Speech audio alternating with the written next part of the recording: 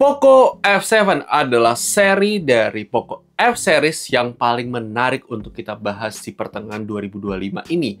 Setelah kurang lebih 1 bulan kita gunakan smartphone ini, apakah smartphone ini se-worth it itu dan selayak itu untuk kalian beli? Mari kita lakukan review dari Poco F7 ini ya guys.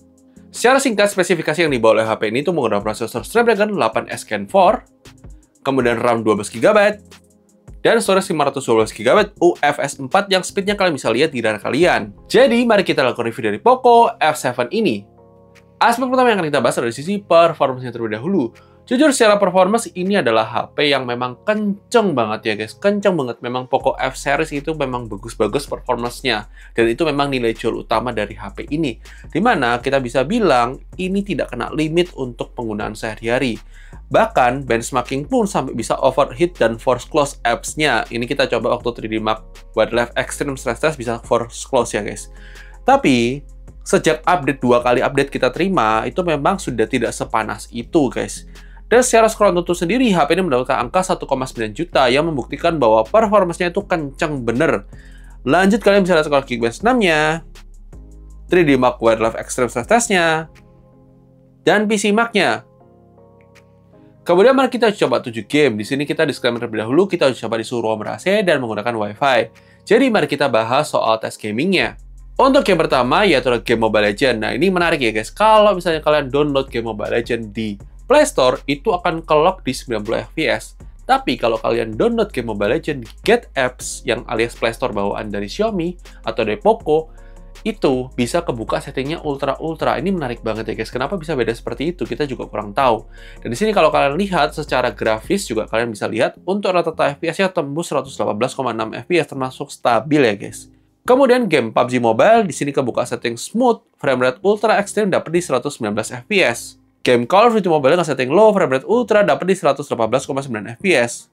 Game Free Fire dengan setting ultra, frame rate high dapat di 60 fps. Game Hauka Mobile dengan setting ultra, frame rate max dapat di 119,9 fps. Game FC Mobile dengan setting ultra, frame rate very high di lock di 72 fps dapat di 59 fps. Game Genshin Impact dengan setting highest, frame rate 60 dapat di 58,7 fps.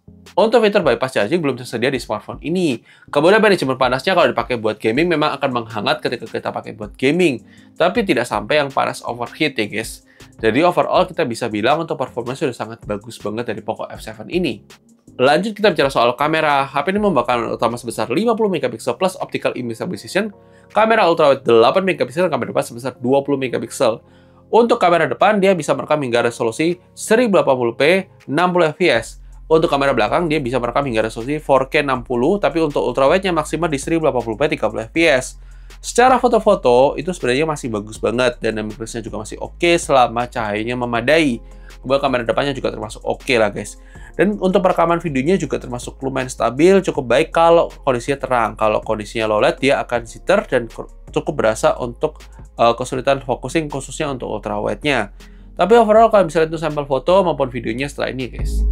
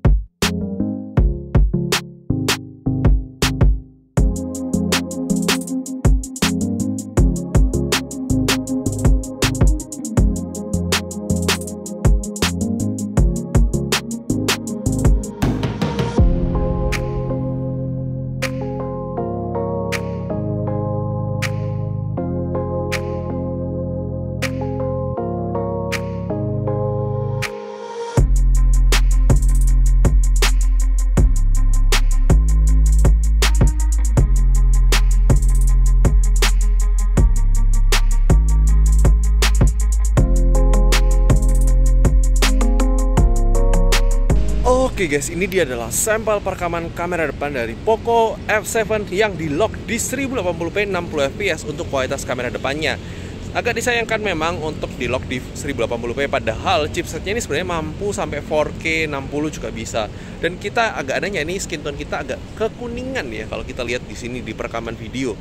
Dan di sini dia juga sudah pakai software terupdate waktu kita bahas ini. Jadi kurang lebih seperti ini untuk kualitas kamera depannya. Apakah mereka atau tidak? Kalau menurut kita sih memang perlu improvement dari sisi skin tone ya. Semoga juga bisa diupdate software untuk unlock 4K 60 atau minimal 4K 30 fps-nya. Tapi ya gimana menurut kalian? Silahkan tulis di kolom komentar. Lanjut, ini adalah sampel perekaman kamera belakang dari Poco F7 kalau kita gunakan buat perekaman video.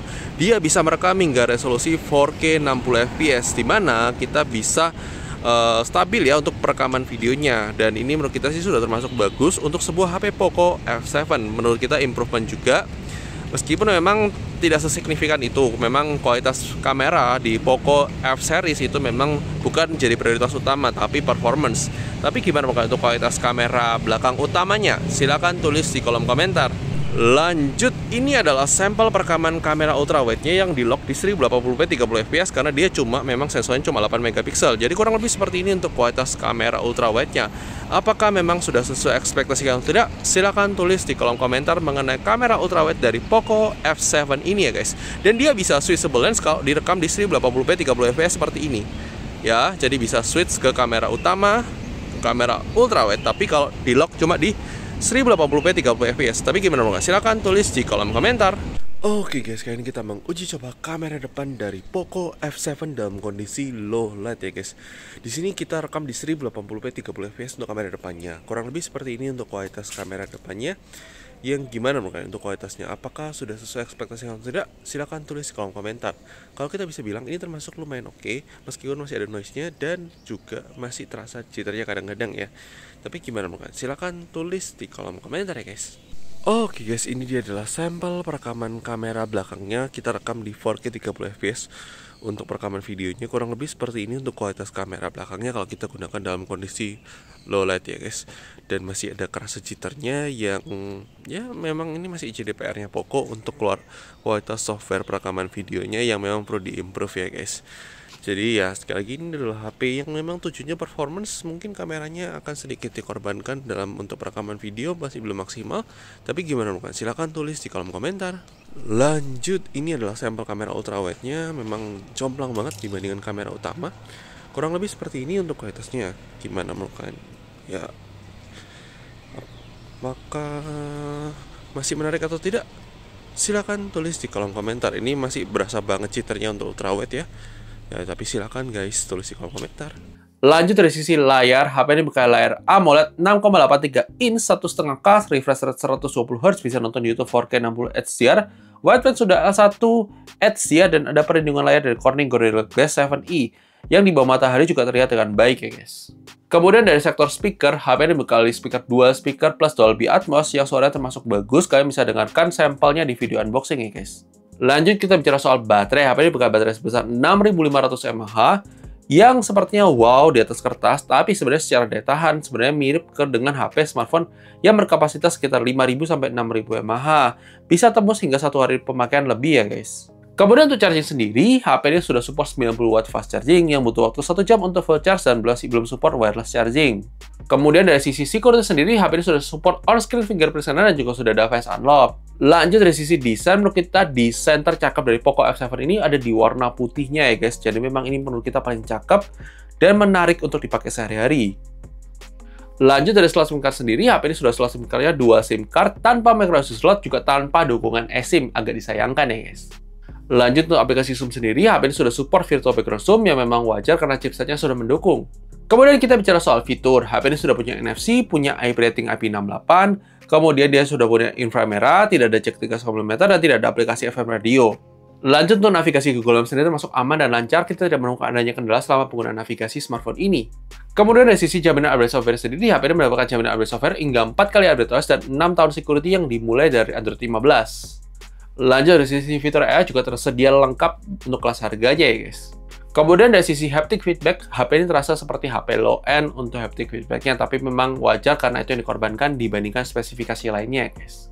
Kesimpulannya, ini adalah HP yang price to performance, jadi kalian bisa dapatkan performance yang kenceng di kelas harganya. Menurut kita ini sesuatu hal yang bagus dan menarik banget dan worth it banget ya guys, kalau kalian memang incer HP dengan performance tinggi dengan budget yang lebih terbatas. Dan Poco F7 ini adalah jawabannya. Tapi meskipun daya performanya tinggi, tapi kameranya masih termasuk lumayan oke, yang bisa dikategorikan all-rounder untuk kelas harganya. Kemudian untuk fitur-fitur lainnya juga termasuk oke banget. Dan itu dia untuk kesimpulan dari review Poco F7 ini. Kalau kita bisa bilang ini adalah HP yang termasuk menarik dan bahkan bisa dibilang mungkin Poco F series yang paling laku di 2025 ini. Dan itu dia pendapat kita, bisa jadi berbeda dengan pendapat kalian, tidak masalah. Silahkan tulis pendapat kalian komentar dan jangan lupa like video suka, dislike aja kalau suka. Dan sampai ketemu di video selanjutnya guys. Oke guys, bye-bye.